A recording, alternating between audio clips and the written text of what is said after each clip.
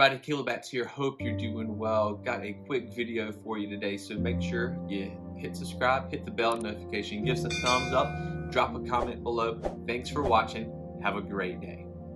So in this video, we'll want to talk a little bit about the Christian music festival Winter Jam. Now, Winter Jam is a concert with multiple bands put on by New Song. It's been going on for quite a while. It's usually like $10 at the door, or you can join Jam Nation to get in a little early. There's like no official seat with your ticket, so you just it's a mad dash, and it drives every student pastor nuts. When you take a youth group there, it's like a mad dash through the door to get in, to get a seat. Groups are split up. It's a hot mess, but it's usually a good night, usually a pretty solid message from a speaker. So what I want to talk about tonight is the reason that we are not going to take our students to Winter Jam 2024. So one of the main reasons that we are not going to take our students to Winter Jam 2024 is because one of the artists there, Lecrae, has basically deconstructed his faith. He has joined this woke movement. He has joined the BLM movement, and is just extremely anti-biblical, anti-gospel organizations that he has affiliated with. When you look at the BLM movement, it comes out of Marxism. It promotes CRT and intersectionality. Just anti-Christ, anti-gospel. And for the fact that he has deconstructed his faith due to, and I quote, white supremacy in the American church is a little mind-boggling to me, considering that most of the people that attend his concerts from the evangelical world are of the Caucasian color. Now, when Lecrae came on the scene, I was introduced to him back in like 2004-ish. I was super excited because the lyrics in his songs were super good. They were super gospel focused, and I personally like rap music. I grew up in high school, listened to Notorious B.I.G., Tupac, all those kind of artists, and there were some other Christian rappers on the scene, and they were just, if we're honest, they were terrible. So I always drifted back and listened to Notorious B.I.G. and Tupac and Dr. Dre and those type of artists, which really, I mean, they're good rappers, but their lyrics are not Christ-centered at all. So when Lecrae came on the scene, I was super excited. Good beats, good melodies. He was very, he could rap really good, super fast, and had, a bunch of different guys that would come along with him, and they were good, and, just super excited about that. And then with this movement that he has kind of attached himself to, it's just super hard to support that. And I really just don't want to send our students to an event where I'm not sure what he's going to say from the stage. He very easily go down a road of CRT, which our church stands totally against. He could go down the road of this Marxism style, this wokeism stuff. Our church is totally against that. It's not about him being an African American.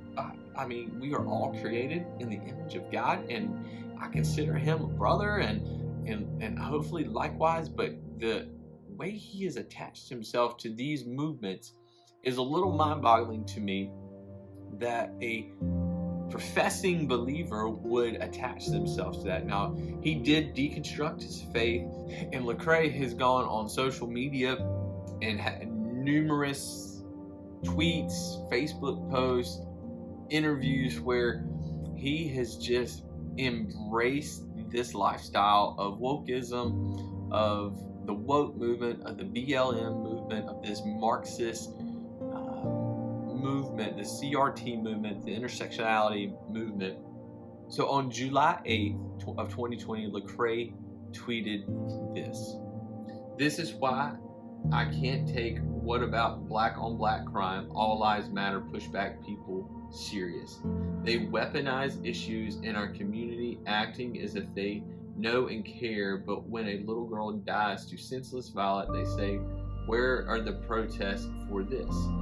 Well, why aren't you protesting? Why aren't you putting money on her GoFundMe page? You can't challenge me for not caring if you don't. I'm in the hood for the shootings and the police brutality. They're not in the hood for either one. With messages like that, that is so divisive. That is so anti-gospel. That is not becoming of a Christian, of a follower of Jesus. So with that, I want to kind of look at a definition of woke. And it's this definition I think we can all kind of understand. It says politically liberal or progressive, as in matters of racial and social justice, especially in a way that is considered unreasonable or extreme. And it's pushing this progressive, this liberal agenda of, hey, because you are this, I am now a victim because you are this. And then it pushes into critical race theory and intersectionality. And, this leads to a whole new realm of deep thinking of Marxism that ultimately leads to communism, saying that, hey, no, you are going to have this, we are going to take control of this, and you have no control over anything. So critical race theory uses power dynamics and racial oppression as its primary lenses of the view of the world. The Bible tells us that we need to look at the world through a lens of Scripture, and this is a total contrast of what CRT says. In short, these lenses directly contradict a Christian worldview. Within critical race theory, one's relationship to others determines their identity, whereas a Christian worldview explains each person's core identity is found in the faith that we are each made in the image of God, and for believers, we are His adopted sons and daughters. So, critical race theory completely contradicts Scripture. It's not something that we hold to. Under critical race theory, humanity's fundamental problem is the oppression of one group of people at the hands of another group. With this, one group of people is guilty while the other is not. In contrast, a Christian worldview identifies humanity's fundamental problem as sin. And in this case, our sinful condition unites us in our equality condemned state before the Lord. Scripture tells us, for all have sinned and fall short of the glory of God. So we are all equal in this depraved, sinful nature that we are all born into. So the worst result of critical race theory is that it tells us to be self-righteous and have a hatred of the so-called exploitive class. So if you are feeling that you have been unrighteously judged or unjustly treated, that you now become self-righteous and that you hate the other person, that you hate the other group because something might have happened to you. This is definitely not the gospel. The gospel tells us to die to ourselves, to forgive, to show grace to others. Now, this is a difficult situation because we know things have happened in the past, especially in America, where people have been enslaved. This is not a video on that. Nobody today in America has been enslaved. No, that just is not the case. You are not oppressed like people in pre-Civil War times. So that is not a valid argument for what is going on in our world. Yes, there are people that are mean to other people. That is a fact. That is sin. Sin enters the world in Genesis 3, and we are all sinful people. So back to kind of what's going on here. Lecrae has bought into these worldviews of Marxism, of critical race theory, of intersectionality, and those are contrary to the gospel. Those are anti-Christ. Those are movements, those are ideologies that are anti-gospel, are anti-Christ.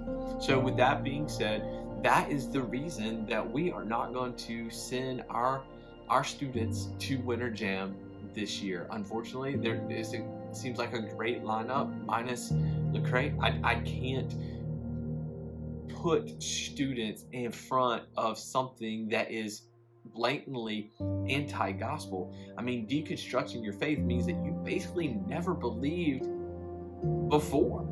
I mean, that's just makes zero sense to me.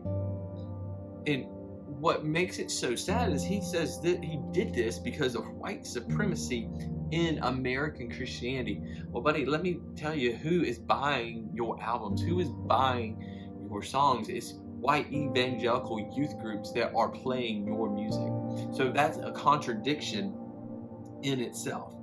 So with that being said, there's a lot of things in the Christian music world that are not good, that they are trying to make themselves known. They are basically taking advantage of the church. I said it in another video. They are raping the church. They are taking advantage of. They are doing whatever it takes to make a dollar, to make them known, to be famous, not to make much of Christ. And it's clear that there's a misrepresentation in the Christian music world today that, quite frankly, they live no differently than the rest of the world. So it's hard to talk to a student and say, hey man, you need to not listen to this type of music. There's some Christian alternative music that you can listen to.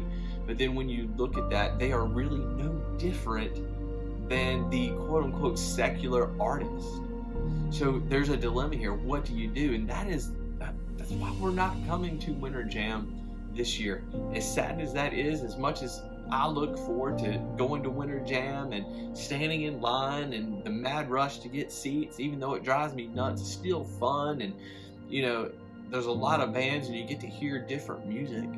But at the end of the day, I'm responsible for the shepherding of those students. And in this student pastor's humble opinion, when you put an artist like Lecrae up there that is divisive, that has come out and basically deconstructed their faith, that has embraced the BLM movement, which is highly linked to Marxism, to CRT, to intersectionality, there's no way on God's green earth that I can rightly take students to.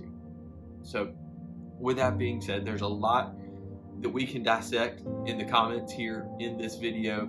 So this is just a plea to be mindful. If you are attending Winter Jam this year, be mindful of what's said from the platform, because it might sound good, but if you dive deep into it, there could be heresy. It could lead to these movements and distort the true gospel. So I hope you have a good day. God bless, and remember to stand on the truth no matter if it hurts. Have a great day.